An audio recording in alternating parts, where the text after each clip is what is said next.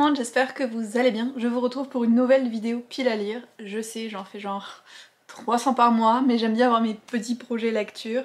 Et aujourd'hui, je vais vous présenter ma pile à lire printanière. Plus particulièrement, c'est une pile à lire que j'ai créée pour le Readathon A Kappa of Spring, que j'ai créé pour mes Patreons pour le mois d'avril. Il va avoir lieu du 9 au 23 avril.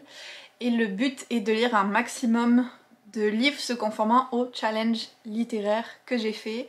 En plus du challenge, il va y avoir des reading sprints, on va avoir des discussions, il y a aussi des templates et des imprimables que j'ai créés pour les Patreons.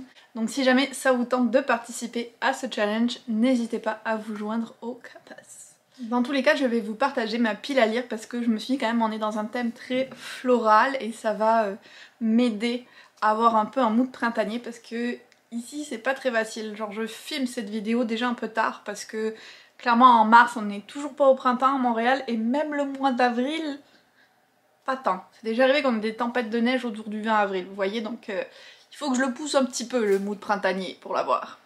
Je vais donc vous montrer les livres que j'ai prévus. Le premier, c'est notre lecture commune de Patreon qui est de Lune et de Sang. J'ai appris récemment que en fait c'était un peu comme une réécriture ou inspiré de l'histoire de Jack l'Éventreur, mais dans un univers fantasy, donc j'ai bien hâte de le tester. La couverture incroyable. La deuxième lecture que j'ai prévue, c'est Mysteries of Thorn Manor de Margaret Alderson. Donc un espèce de tome complémentaire de Sorcery of Thorn. Lui, je suis contente parce qu'il est quand même très petit. Donc ça va se lire vite, je pense. J'ai hâte de retrouver les personnages parce que j'avais adoré Sorcery of Thorn. Cet univers où les livres ont vraiment comme une personnalité ou des pouvoirs magiques où ils peuvent se transformer en démons et tout. C'était hyper fascinant. Et ça va être trop bien, je le sens. Le prochain que j'ai, c'est aussi un petit livre et je sais même pas de quoi il parle exactement, à part que certains le mettent dans le cozy fantasy et d'autres un peu dans l'horreur, donc c'est pas la même vibe, mais on va voir. C'est Nettle and Bone et c'est un livre qui m'a été recommandé pour 2023 par une amie qui fait partie de mes 12 par 12 amis. Donc c'est pour ça que j'ai même pas regardé de quoi il parlait, je l'ai pris. J'ai un livre que je voulais lire dès sa sortie et que je n'ai toujours pas lu, comme beaucoup d'autres. C'est The Wild Ones. La couverture est une de mes couvertures préférées, je pense. Où on suit plusieurs jeunes femmes qui ont été sauvées par un être mystérieux de destin assez tragique, de violence, de mariage malheureux, de différentes choses. Et un jour, cet être-là qui les a sauvées va se retrouver lui-même en danger et donc elles vont essayer de l'aider. Il m'intéressait vraiment beaucoup. Il est dans ma palle depuis un moment, j'espère vraiment que ce Readathon sera l'occasion de l'en sortir. J'ai aussi le deuxième tome des enquêtes de Veronica Speedwell qui est une périlleuse affaire. C'est une série que j'avais commencé il y a des années avec seulement le premier tome de lu, alors qu'il y en a genre 7 ou 8 de sorties maintenant. Mais là elles sont ressorties en français et donc au mois de mars j'ai relu le premier tome pour me remettre dans le bain et en avril j'adorerais poursuivre avec le deuxième.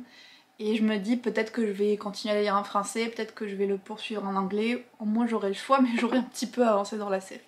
On poursuit avec Things We Never Got Over, qui est un livre que je vois vraiment beaucoup passer sur BookTok en ce moment. Couverture extra printanière, je pense que vous serez d'accord avec moi. Et c'est une petite romance qui apparemment plaît beaucoup. Donc j'ai hâte de voir si elle va me plaire à moi aussi. Il y a Flower Heart qui est un service presse que j'ai un peu de retard à lire parce qu'il est sorti le 23 mars.